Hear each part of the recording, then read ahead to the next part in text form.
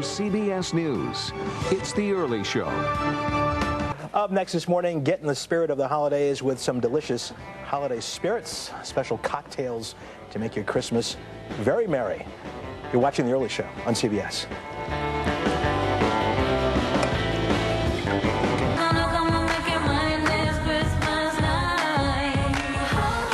Christmas cocktails are a great way to make merry and spread a little holiday cheer, responsibly, of course.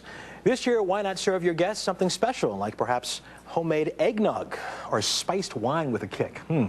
Food and Wine's executive wine editor, Ray Isle, has brought along some holiday cocktails guaranteed to please.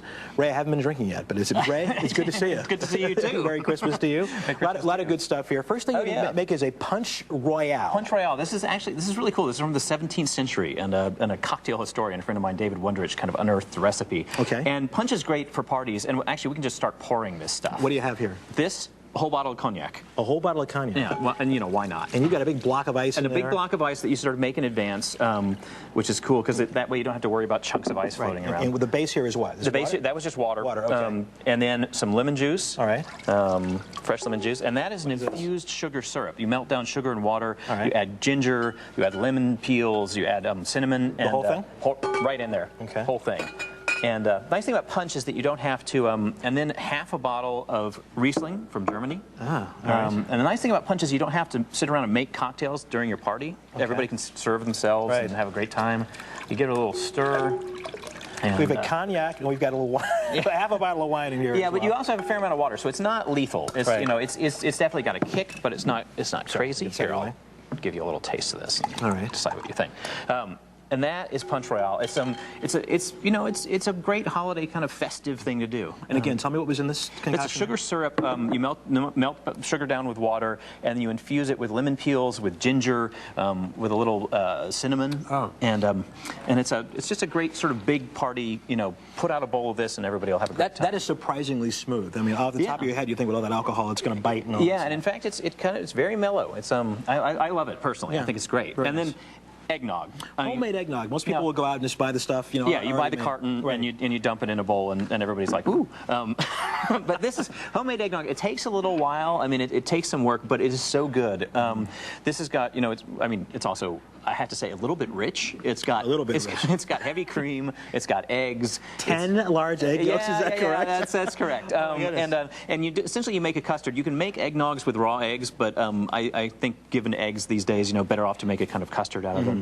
You fold in heavy cream with it, and then of course you have bourbon, brandy, and rum. And rum. All three. Oh my goodness, okay. And nutmeg, when you're making it, you infuse it with a little bit of clove, and it's just rich and luscious and sort of perfect. I think you've got some whipped cream in there as well? And some whipped cream on top and a little grated nutmeg. One great trick is you get a microplane like this and you take a nutmeg kernel like this. Grated nutmeg has a lot more flavors. You just take it right on top and make sure not to trim off your fingertips. Let me ask you this. I'm just going to move this out of the way. Before we sample this, let me ask you. Now, you're using some really good, high-priced alcohol. I am. I mean, partly because I just really like good alcohol. I mean, it's not that I really like alcohol. I really like good stuff. Honestly, you can get away with using something affordable like Jim Beam or something like that. But I think Woodford is a fantastic bourbon. Flor de Caña is a fantastic rum. And you don't have to use it when you're mixing it with cream and eggs, but it adds that little extra bit. That's very nice. I mean, that's pretty good. Excellent. It's a little bit like dessert in the glass. All right.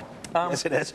Spiced wine here. Spiced wine. This is a hot spiced wine, and I cheated a little again a little by using a little more expensive wine you'd normally use, a dash Zinfandel. I think these guys make great wines, but basically this is just wine that's been heated up and infused with cinnamon, cardamom, peppercorns, and then a little bit of sugar and citrus peels, orange and lemon, and you warm it all up, and then you add a little kirsch, which is a cherry brandy at the end, which gives it a little extra kick. And it's a great kind of come into a party. There's a roaring fire. Everybody's hanging out. It's a very wintry, sort of warm, wintry drink. And nothing.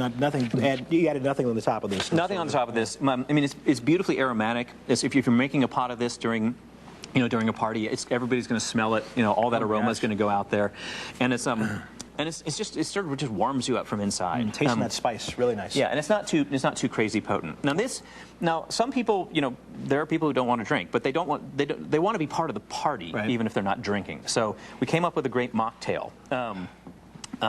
This is in our cocktail book, our 2010 cocktail book, and this is essentially a variation on hot buttered rum. It's just hot buttered rum without the rum. It's a lemon, hot buttered lemon. So what you've got here is you've got lemon juice, water, lemon peel, little cinnamon, and butter, and you warm that all up, and you serve it, and it's nice. It's sort of warming like this. And it's great advice for those folks who do not want to have alcohol. Yeah, it's warm, it's buttery. It should be a little. I mean, it's cooled down a little bit. But no, it's good. It's good. Really good. Very smooth. And it's tangy at the same time, so it keeps it alive. Before we get to the next one, Rebecca, why don't you? Oh yeah, come join us. Some of these sound like the kind of thing Auntie Rebecca might enjoy. I don't know. I'm thinking the champagne cocktail is maybe your I love cup of that tea. idea. Cup of tea, so to speak. What do you have here? So this is a classic cocktail from the 1850s actually, and it's champagne is a great festive drink just by itself, and that's fun. But if you want to spruce it up a little and give a kind of visual element, this is a little sugar cube, a little Angostura bitters, a couple of maraschino cherries, and champagne, and that's it. And it gives it a little different flavor. It gives it a little kind of bittersweetness. I really like it. And it looks and it looks fantastic. It does look nice. Yeah. Oh, I should have cheers to you first. Yeah, that's all right. Merry Christmas. Well, you were Christmas. Rebecca. She moves at her own speed. That Rebecca. And it's so fun. You can pre-make these. And, Very good. Yeah.